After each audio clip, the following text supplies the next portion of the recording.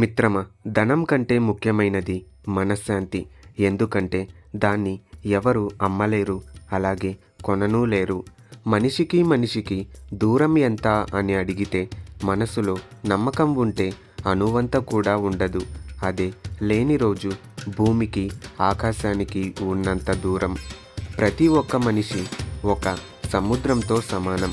బయటకు ఎంత ప్రశాంతంగా ఉన్నా గుండెల్లో వందల భావాలు, వేల భావోద్వేగాలను చిరునవ్వు అనే ముసుగులో దాస్తూ ఉంటాడు.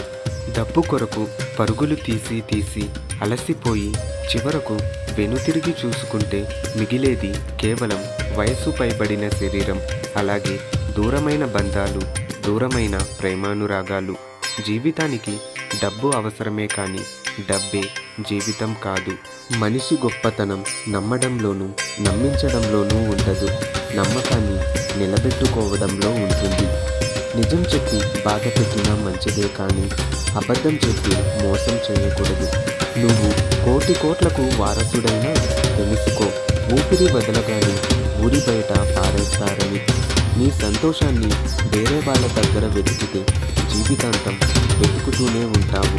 నీ సంతోషాన్ని నీలోనే వెతుక్కో, ప్రతి క్షణం సంతోషంగా ఉంటావు. ఎలుగుబంటి నల్లగా ఉందని కాకి వచ్చి వెక్కిరించిందట. విచిత్రం కదా. అలాగే మనిషి కూడా తన లోపాలు చూసుకోకుండా ఎదుటివారిలో లోపాలు వెతుకుతూ ఉంటాడు. గమ్యం లేని జీవితం ఎంత దూరం చేరినా వ్యర్థమే. అలాగే లక్ష్యం లేని జీవితం ఎంతకాలం ఉన్నా వ్యర్థమే. ధన్యవాదాలు.